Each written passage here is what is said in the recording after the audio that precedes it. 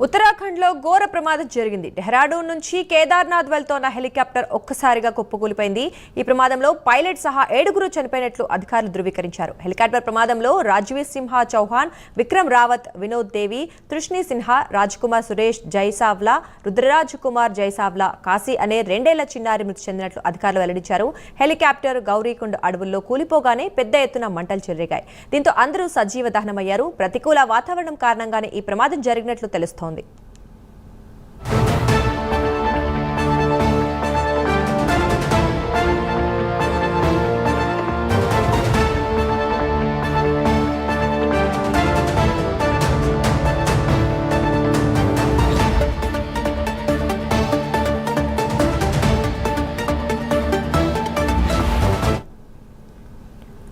అంశానికి సంబంధించి మరింత సమాచారం మా నేషనల్ బ్యూరో చీఫ్ కళ లైవ్ లో అందిస్తారు. కళ, హెలికాప్టర్ ప్రమాదం అయితే జరిగినట్లు తెలుస్తోంది. మరి ఇప్పటికే అహ్మదాబాద్ ప్రమాదం నుంచి ఇంకా తేరుకోకముందే మరొక ప్రమాదం చూస్తున్నాం. మరి దీనిలో పూర్తిగా అందులో ఉన్న అందరూ కూడా చనిపోయినట్లుగా తెలుస్తోంది. ఏంటి పరిస్థితి? దుర్గా, నిజంగా ఏదైతే ప్రమాణాలు మనకి హెలికాప్టర్ అనుకోవచ్చు, విమాన ప్రమాదాన్ని మర్చిపోకముందే మరి 2 రోజుల తర్వాత ఒక కేదార్నాథ్ సంబంధించినటువంటి విమాన ప్రమాదం ఈ రోజు ఉదయం నుంచి కూడా ఇదే ఒక బ్రేకింగ్ న్యూస్ అని చెప్పవచ్చు. దాదాపు అంటే కేదార్నాథ్ ఏదైతే చార్ధామ్ యాత్ర ప్రారంభమైందో 5వసారి ఈ రోజు ప్రమాదం జరిగినటువంటి కేదార్నాథ్ కి సంబంధించినటువంటి హెలికాప్టర్స్ కి సంబంధించినటువంటి విమానాలది. దాదాపు ఇప్పటికే కూడా 4 సార్లు అయ్యింది. ఈ రోజు 5వసారి కేదార్నాథ్ కి సంబంధించింది.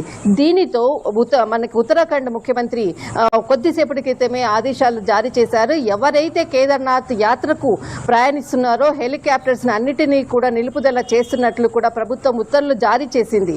ఏదైతే అక్కడ ఉన్నటువంటి వాతావరణ పరిస్థితులు అనుకూలంగా లేకపోవడం వల్లనే ఈ ప్రమాదాలు జరుగుతుండటంతో ఒక్కసారిగా ఏదైతే చార్ధామ్ యాత్రకు ఇంతకుముందే బుక్ చేసుకున్నటువంటి వాళ్ళందరినీ కూడా మొత్తం అన్నిటినీ కూడా క్యాన్సిల్ చేస్తున్నట్లు కూడా ఉత్తర్వులు జారీ చేసింది ఉత్తరాఖండ్ ప్రభుత్వం. కొద్దిసేపు ప్రభుత్వము సమావేశంలో చాలా కీలకమైనటువంటి ఉత్తర్వులు జారీ చేసింది.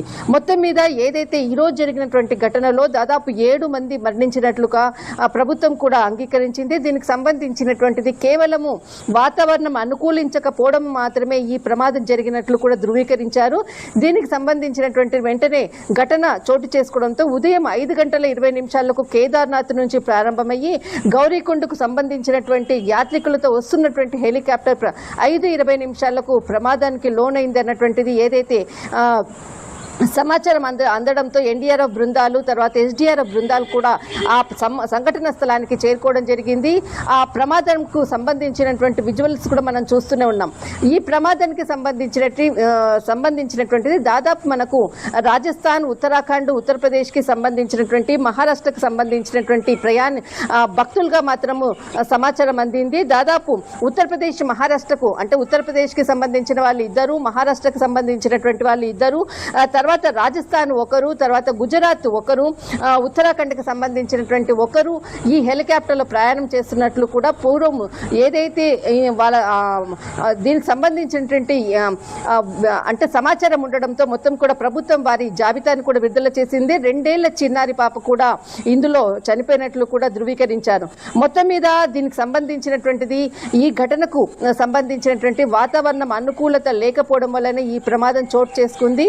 దీనితో ఏదైతే హెలికాప్టర్ కి సంబంధించినటువంటి సర్వీసెస్ అన్నిటిని కూడా నిలుపుదల చేశారు.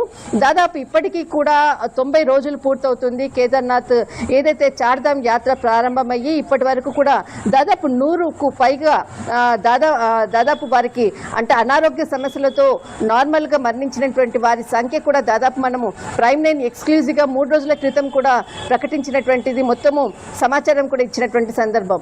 కానీ ఒకవైపు హెలికాప్టర్ ఘటనలు ఒకవైపు, మరొక వైపు అనారోగ్య సమస్యలతో భక్తులు మరణించడం అన్నది కూడా ఈసారి మాత్రము ఏదైతే 30వ తేదీన ప్రారంభమైంది కేదార్నాథ్కి సంబంధించినటువంటి యాత్ర ఒక భక్తులు మాత్రము